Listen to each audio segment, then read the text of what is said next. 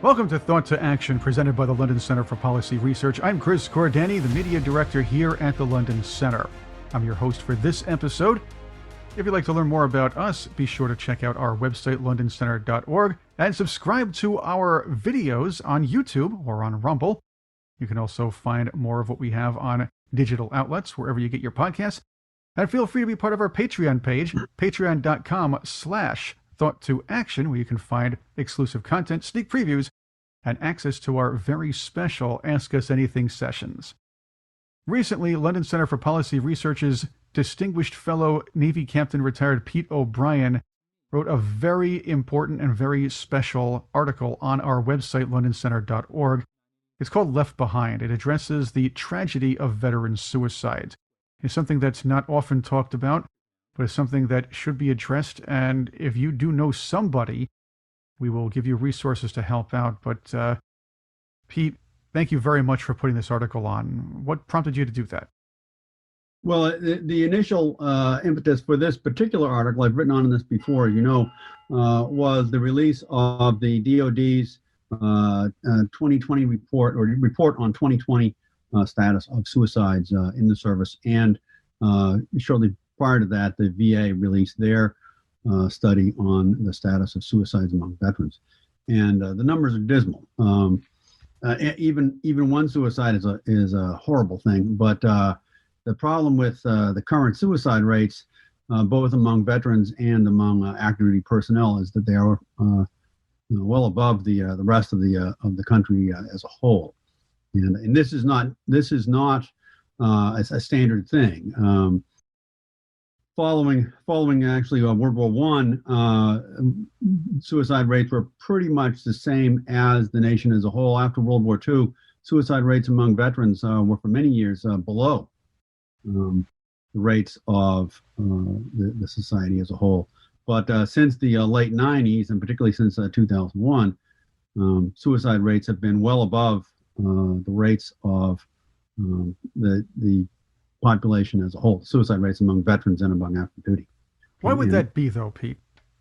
Well, there's the issue of psychological stress that comes with some of the things that people do in the military, and I think that it's clearly tied to an inability to communicate if you will. I'm obviously not a doctor. I'm trying to insist that I have the answer here, but there seems to be some sort of cognitive dissonance between what you experience in the military and what you're thrown back into at home. And I'll just give a few examples, a few anecdotes that have been repeated by a whole host of my friends. They have similar stories of other guys that they've met, and in fact, in some cases, we've experienced the same thing ourselves. But my first experience with it that clearly sticks out in my mind was a classmate when I was going through college 40 years ago. And he was 7 or 8 years older than us, and the rest of us in the class. His first name was Mark. I'll call him Mark. He had been in Vietnam, and if I remember his story, on a Wednesday, he was on patrol. He was not supposed to be on patrol because he was departing soon. He'd been there 11 months. He was departing in less than a week, and he was not supposed to be on patrol, but things went sideways. He was on patrol on Wednesday. On Thursday, he was moved to Saigon and flown out that night because they're now behind the power line on when he was supposed to depart. And by Friday, he was in California. By Saturday or Sunday, Saturday, I think Saturday night, he arrived at his parents' place in Western Pennsylvania, and Monday morning they had signed him up for college, to go to college, and he was in class, sitting in a classroom on a Monday morning. Wednesday he was in combat in Vietnam. Monday morning he's sitting in a classroom, and as he said, the incredible dissonance in his mind between sitting in a classroom and being in combat was such that halfway through class on his first day there, he got up and left, and he didn't go back to college until 6 or 7 years later when I bumped into him. And that kind of bizarre dissonance is something that we keep bumping into. I have scores of friends who can tell similar stories, not only about themselves, but about friends that they have as well. Folks literally, being in Afghanistan on patrol on a Monday and a short time later, a week or 10 days later, they're, essentially dropped off back in the States and expected to simply fit in. And a lot of guys do, most of them do, but too many don't. And to give you some idea of the gravity of the numbers here, more veterans have committed suicide since 2001 than the total number of Americans who have died in combat since 1945. Another issue is, and this has seen improvement over the last many decades, but gradually, and you do touch on this, is that when veterans are sent overseas to fight war, they're trained to do that. They're trained to tackle an enemy. They're trained to fight. They're trained to watch themselves in certain environments. However, when they come back, there isn't a lot of help, or there was a lot less. There is more now, but there generally may not be enough help for a lot of the veterans who are having trouble fitting back into society to get them to reintegrate and get them on the workforce. And that doesn't help either, especially when you're a leader or doing something to serve your country for a significant portion of your life. Well, absolutely. There is the level of intensity that goes into preparation for. I'm not a special operator, but I have a number of friends who are. And the level of intensity that goes into their preparation for deployment, the level of training that just to get there, to get ready to go, then the actual deployment and those operations. It is an incredibly intense, rigorous and demanding, physically and intellectually in particular, training regimen. And to then simply come back and be thrown out and said, okay, you were a weapons operator of certain type, and you were doing the following kind of things. You're on patrol. Okay, now go work in a human resources office at some company, whatever. And the idea that you all of a sudden have to shift gears and work in that particular area, and it's a completely different, not only physical job, but the psychological loading that you're facing is completely different, and it leaves you. I know that friends of mine have been left, standing there essentially looking at themselves and saying, okay, what am I doing here? They can do the job easily. It's not that they're not capable. The problem is that the entire gestalt of being this over here and being 100% a special operator, and then all of a sudden you're doing something else, and it maybe requires 25% of your brain capacity relative to being a special operator.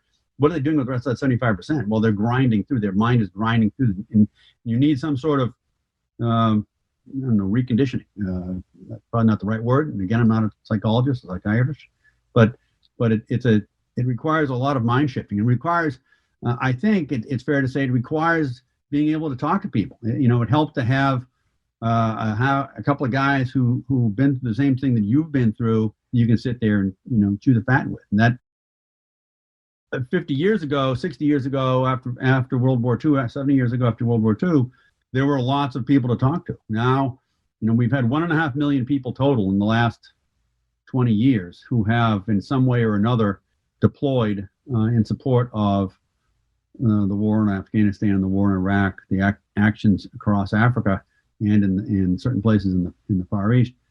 So the distinction here is between literally 10% of the population in 1945 to less than 1/2 of the population today has been involved in this thing. And so people are essentially more remote from each other in trying to deal with these things. The next question is, of course, and many people who are listening or viewing us right now are going to be asking this: where is this help? We say that the help is improved for veterans who have come off of service and are trying to reintegrate and are facing a lot of other issues like PTSD and hefty depression for a lot of reasons. But where is the help? what resources do not only the veterans have, but their family members and friends have. They can find a way to help as well. Well, and again, the Veterans Administration and the various VA hospitals have crisis support lines and helplines. It has occurred to me, because I've talked to some of my priests that I've bumped into over the last few years, is the priests and the ministers are more aware of it now than they were, and I would say that first off, that for people who have their own concerns or have concerns about someone in their family or a friend or someone down the neighbor down the street, there are those crisis support lines with the VA. There are numbers to call. At most hospitals have them front and center on their webpage. Most ministers and priests have at least some experience in dealing with this, and virtually all of them now have numbers that they'll call to provide, to connect you to someone who can provide assistance. But I think the most important thing is, if you see someone who you think has a problem, talk to them. Start the conversation. There's nothing worse than being isolated, than that guy out there doesn't think anybody cares. So start the conversation. See if he's okay. It may just be that he just needs someone to talk to. Be that guy. Be that gal. And there are resources online for veterans and their families to get some help too, Pete. We can go to the Veteran Suicide Prevention section of the Veterans Affairs website at va.gov. Pete, what's one piece of advice for family members or friends of a veteran who comes home and is trying to reintegrate into society and needs some help before they become depressed enough to even contemplate suicide? I think the simplest thing, and I'll go back to, my own sort of extended family and my friends, and the simple answer is engage with them. A lot of the folks that I've bumped into, when you sit down and talk to them, the simple answer is if you start the conversation off early, start the conversation off soon, it never gets bad. But to find somebody to sit down and talk with them, someone, and keep trying. Don't try once and then give up. Keep trying. Make sure that people are talking. Make sure they're chewing over things, and find, there is value in the VFW in that there's probably someone down there who has been through something similar to what he's been through. So use them, contact them. I go back to my uncle, who my father, my uncles, all of them, my three brothers, a host of my cousins all served, and my uncles and my dad, of course, in World War II, and their stories are all that of lots of people that they all talked to, and that they talked to, they helped, and that idea of every time you played a game of cards, it was a therapy session in its own way, and that was because they all had experienced it. They had all been through those kind of things. So there are people out there that kind of constant chatter, if you will, defuses a lot of problems. It's not perfect, but it helps. And I would say the first step, the very first step, is make sure you're talking to folks. Don't sit there and say, "Gee, he looks upset." Talk to him. Maybe all he needs. For more information, check out Pete's article on the London Center website, londoncenter.org. It's titled Left Behind.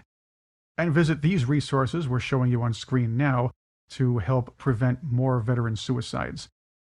Thank you again for viewing and listening to us on Thought to Action, presented by the London Center for Policy Research. If you'd like to subscribe to us, please do so on YouTube or on Rumble or anywhere where you get your audio podcasts. Yes, we're on both video and audio. Also, please feel free to become part of our Patreon page if you want to help us keep producing this content and be privy to and enjoy special features, exclusive content, our Ask Us Anything sessions, which are a lot of fun, and Pete can attest to that.